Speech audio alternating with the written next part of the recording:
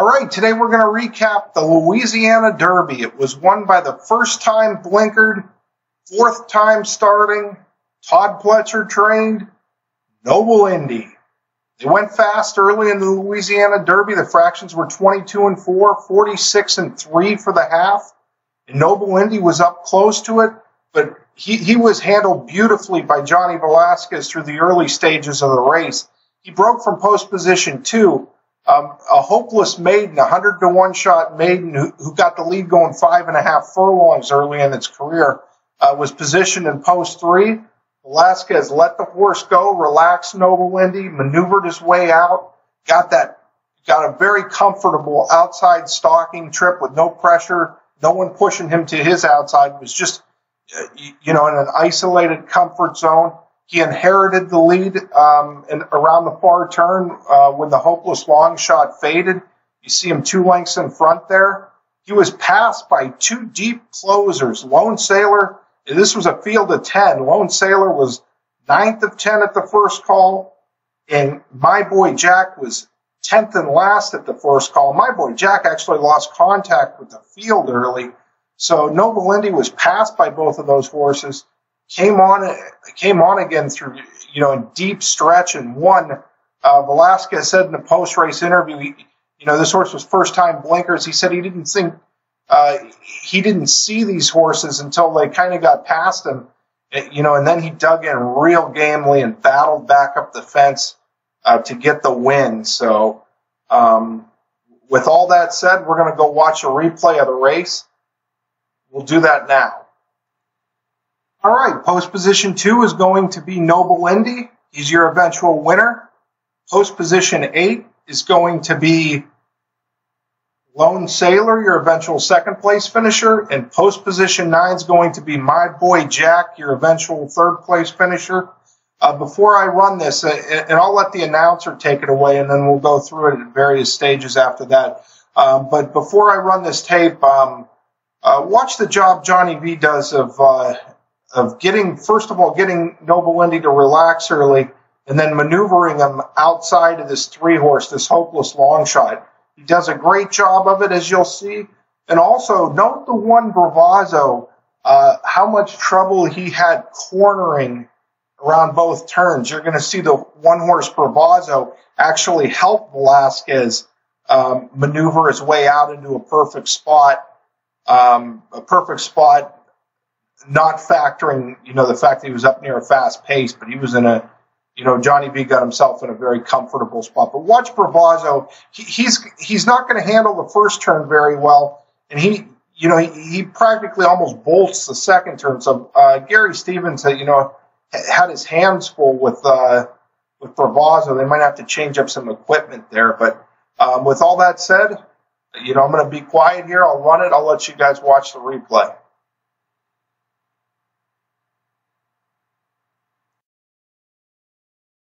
Orleans crowd is ready.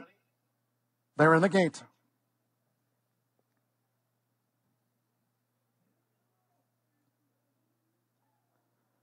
And they're off on the TwinSpires.com Louisiana Derby. Retirement fund broke well toward the inside. First-time blinkered Noble Indy in the orange cap. And Marmello, the maiden in their midst, is vying for the early pace with Noble Indy, who's keen as they head toward the first turn. The Risen Star winner, Bravazzo, in third position. Retirement fund joined out wide by Snapper Sinclair, who's floated out to the 5 path as they round the first turn. Give Me a Minute saving ground, and Heinford toward the inside. Lone Sailor. Dark Templar is posted 3 wide, and My Boy Jack is in the back of the pack. The opening quarter, 22.97 seconds, and the leader is Marmello for Jack Gilligan.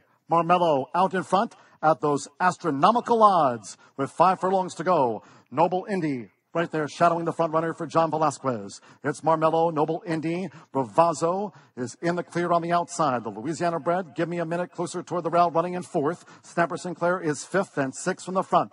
Lone Sailor gains toward the inside. Retirement fund in tight quarters between horses, some 7 from the lead. The trailers are Heinford, and wide Dark Templar has dropped back to 10th. A half mile in 46.61 seconds. Noble Indy took the lead as Marmello's dropped back. 3 furlongs to go. It's Noble Indy who leads by 2.5. to Give Me a Minute. Snapper Sinclair in the red cap is now gaining ground. Bravazzo needs to pick up on the far outside. Lone Sailor starts to gain. Here's Lone Sailor's bid. My Boy Jack is the wideout for Kent DeSormo. Then Heinford into the stretch. 3/4 in 1 minute 11.47 seconds. Stay inside is My Boy Jack. My Boy Jack is coming with a long run. Lone Sailor looks to battle. My Boy Jack in the final furlong. Noble Indy toward the inside. Give Me a Minute. Then Snapper Sinclair. It's Lone Sailor, Noble Indy, My Boy Jack toward the rail. Noble Indy and Lone Sailor. Noble Indy to win the Louisiana Derby from Lone Sailor in a photo finish. My Boy Jack loomed at the quarter pole, was third. Give Me a Minute, Snapper Sinclair. We trail back to Heinford with Retirement Fund. Not today for Bravazzo, Dark Templar, and Marlowe, who led in the early stages. Marmello was last home.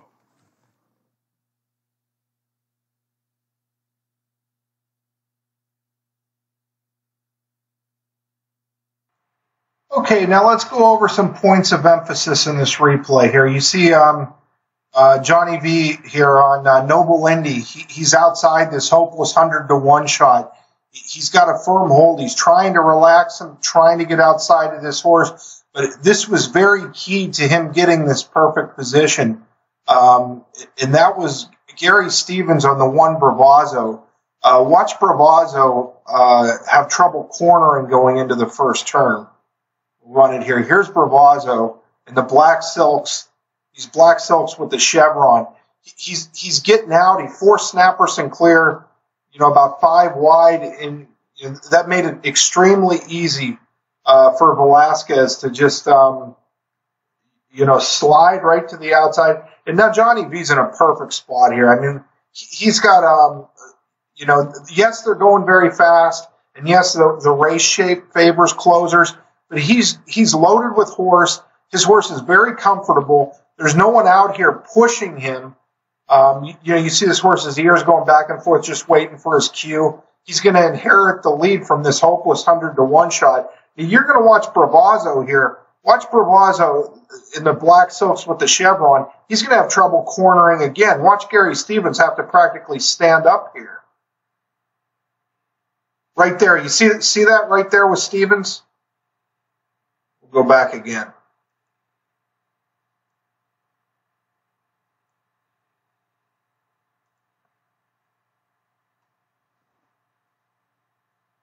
Okay, the one horse that's 3 wide in the black silks.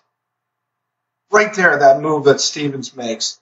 Bravazzo, there might be a little equipment issue with him, something that can get solved to help him handle turns better. Now, My Boy Jack, who was just completely, let's watch My Boy Jack here. He's going to lose contact with this field early. He's in the blue colors. He's got the blue saddle towel and blue silks, and he's just way out of it. I mean, this pace is really suiting him. 22-4. Things are setting up for him from a pace standpoint. When he won the Southwest, he got like a Calvin Burrell type ride. DeSormo got an unmolested rail run. I mean, the fence opened up and he shot through it in the fence. It looked like Street Sense or Mind That Bird or Super Saver winning the Kentucky Derby. The kind of rides that Burrell gave those horses were the kind of ride that my boy Jack got in the Southwest win. He flew up the fence. This time he had to, veer out and try to mow these horses down the center of the track. You see, still not even in the screen. Here comes My Boy Jack. Now, DeSormo's absolutely flying here. He's got to tip him. I mean, he's going to be fanned out about 8-9 wide turning for home. He's way out there. I wish I could see it on the head-on. But you would think with this head of steam that My Boy Jack would probably go by. He hung like a chandelier here. He just did not want to go by. Now, Fairgrounds is a rail-friendly track, but My Boy Jack, he looked like he was going to just come sweeping past and, made that huge turn move, and you see him hang a bit here. We'll watch Noble Indy through the stretch. He actually gets past, and Velasquez says that he felt that as though Noble Indy didn't see these two closers come, and once they got past him and Noble Indy could see them, is when he dug back in. So Noble Indy looks almost like a beaten horse here on the inside. Now, the rail's generally good at fairgrounds. I'm a big fan of the inside path at fairgrounds, to be honest. But Noble Indy here, it looks beat. But this is where, he finally starts to see this horse going by him. He digs in bravely. This is a gutty performance by Noble Indy. Yes, he got into a comfortable trip.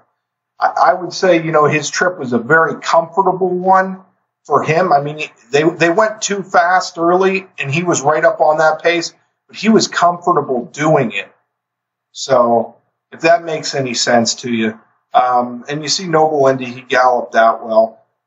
We talked about him in our handicapping preview as a horse we really liked. We saw him train.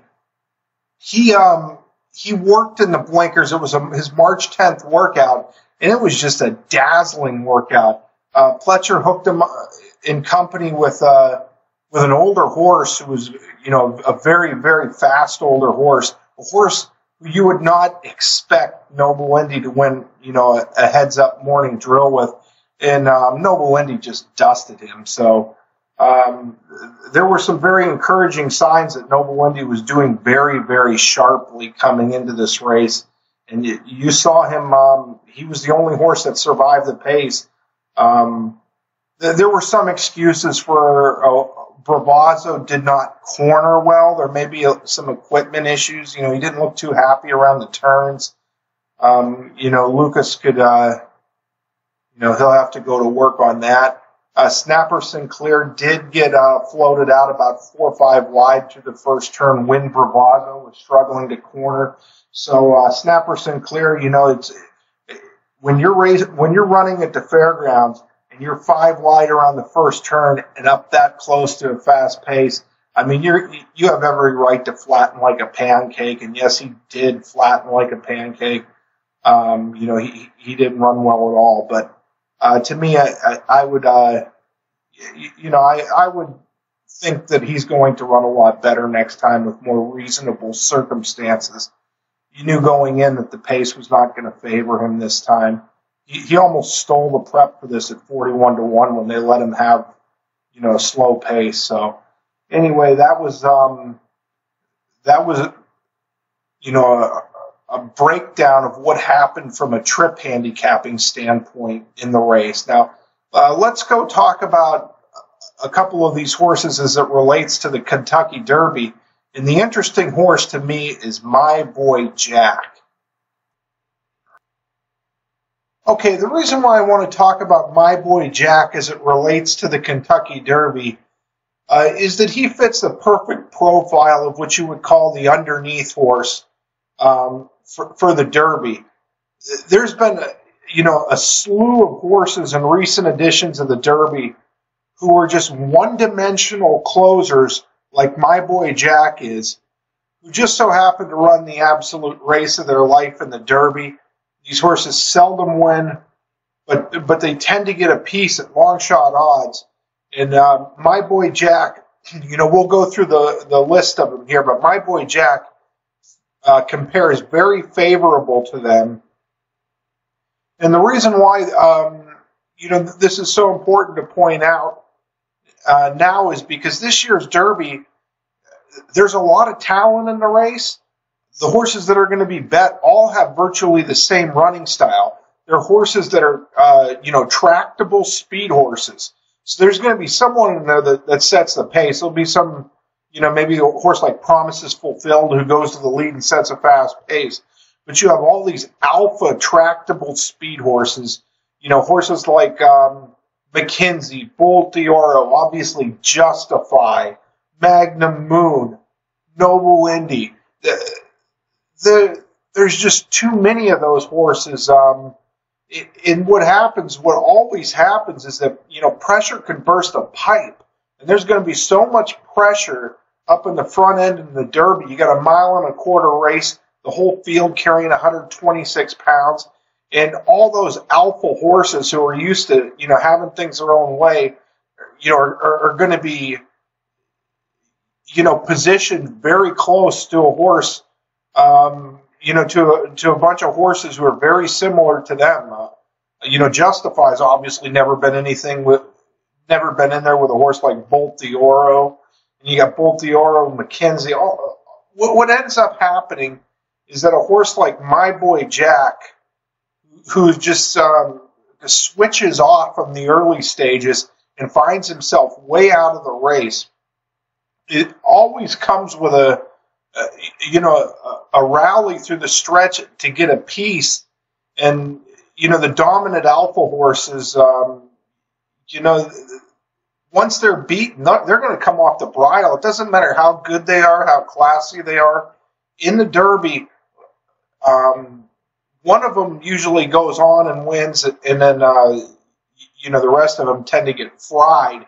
And that opens the door for, a one-dimensional closer who just shuts off early to come flying late to get a piece. So we'll look at such a horse last year, My Boy Jack. You see, he ran in the Southwest. He was, a mile out of it early. He ended up getting, finishing third, beating 12 lengths. Well, you see My Boy Jack up here won the Southwest in the mud with a big close. The Arkansas Derby, looking at Lee, was, way out of it, close for third. These are very similar horses. My Boy Jack's actually, got superior form. They've got identical running styles. My Boy Jack has superior form. Now, looking at Lee did get the rail was good, and you see Dream inside trip to the eighth pole. So, he had some racing luck. But, looking at Lee's done since then.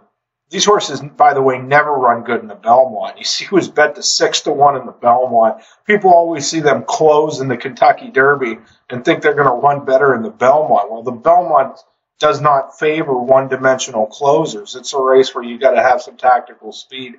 And these horses just get galloped into submission in the Belmont. You'll see a pattern here, but looking at Lee's case, 6-1, nothing.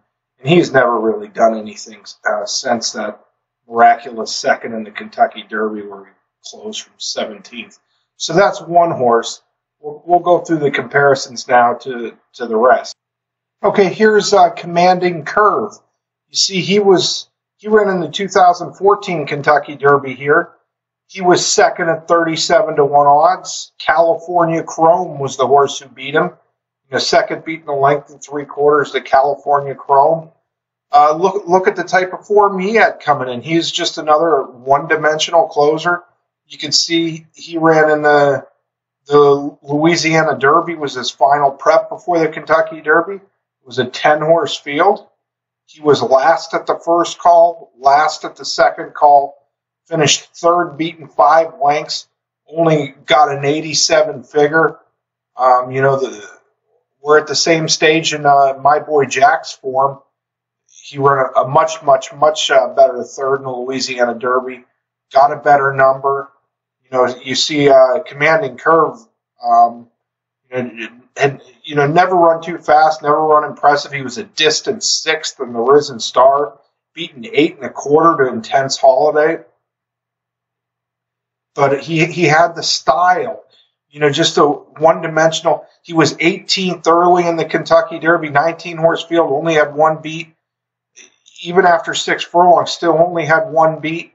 You always had them alpha speed and alpha presser horses in the Derby. They go 1 1/4 carrying 126. They get stirred up in the pre-race. It just sets up for this type of one-dimensional closer.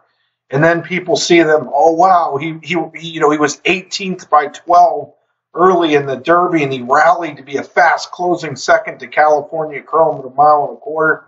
Oh, he'll do great in the Belmont. People often get sucked into these type of horses, and you see 8-1 in the Belmont, and he was 9th, beaten over a dozen lengths. So, and just like looking at Lee before him, his after career was awful. He was just he was never anything too special before the Derby, and he certainly wasn't anything too special after the Derby.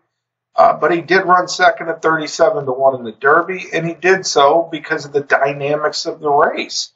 The race just sets up for these one-dimensional closers. they can switch off early, they can get the distance, and all they got to do is show up on that day and run their type of race, and they always dramatically outrun their odds. So that's Commanding Curve. We're gonna do our next comparison, but I mean, clearly you can see My Boy Jack's exact same style, but a lot more horse coming in. Anyway, moving along. All right, here's Golden Soul. He was the second place finisher in the 2013 Kentucky Derby. 34-1. Take a look at his form coming into the race. Just another completely one-dimensional closer. He run in the Lecomte. He got beat 11.5 lengths by Oxbow, the future Preakness winner in the Lecomte. He run in the Risen Star Stakes at the Fairgrounds. He was 6th at 34-1. Now, the Louisiana Derby, his final prep for the Kentucky Derby was the same race where My Boy Jack prepped in. It was a 14-horse field. He was dead last early, beaten 13 at the first call. And Golden Soul was dead last at 14 and 18 lengths out of it at the second call.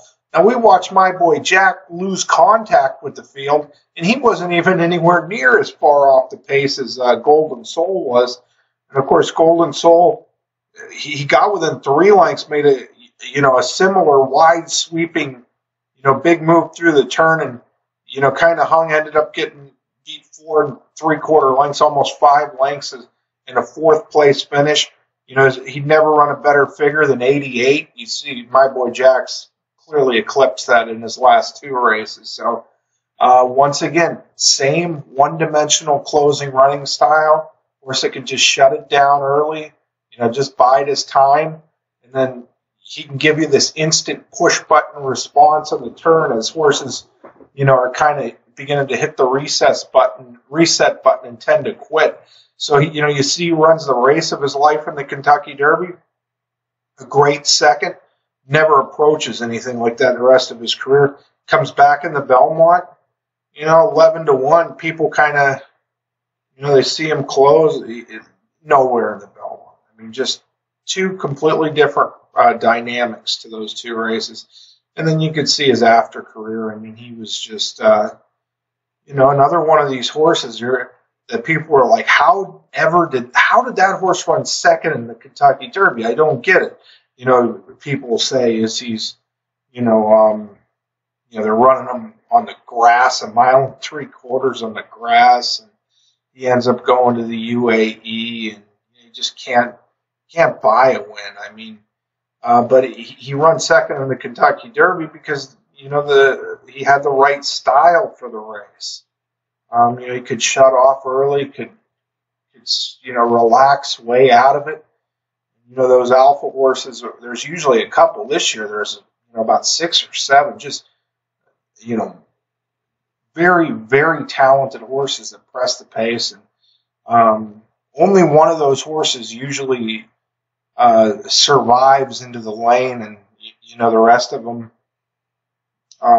when they're finally beaten, I mean, it's, they stop, and horses like this, come and get all but one of them. California Chrome didn't, in Commanding Curve's case, and Orb, the favorite one here. But anyway, that's Golden Soul. Let's continue. Okay, here's Icebox. He was second in the 2010 Kentucky Derby.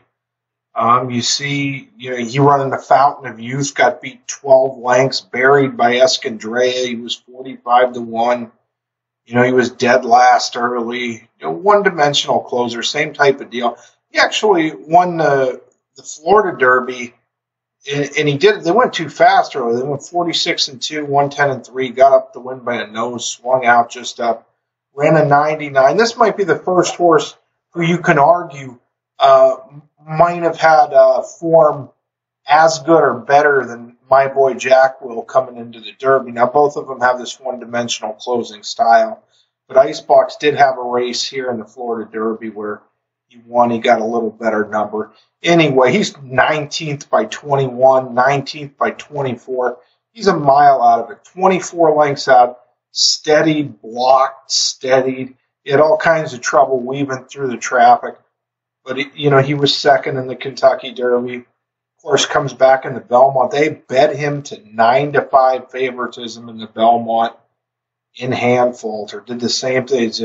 Just completely, you see him go 49 for a half here.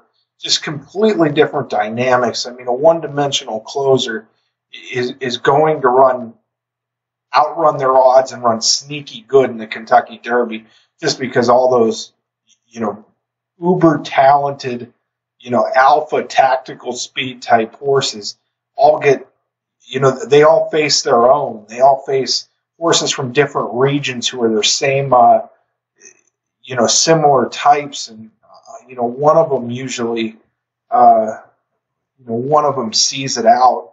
But a horse like this, Icebox, he shuts off early, relaxes, could come with a big move.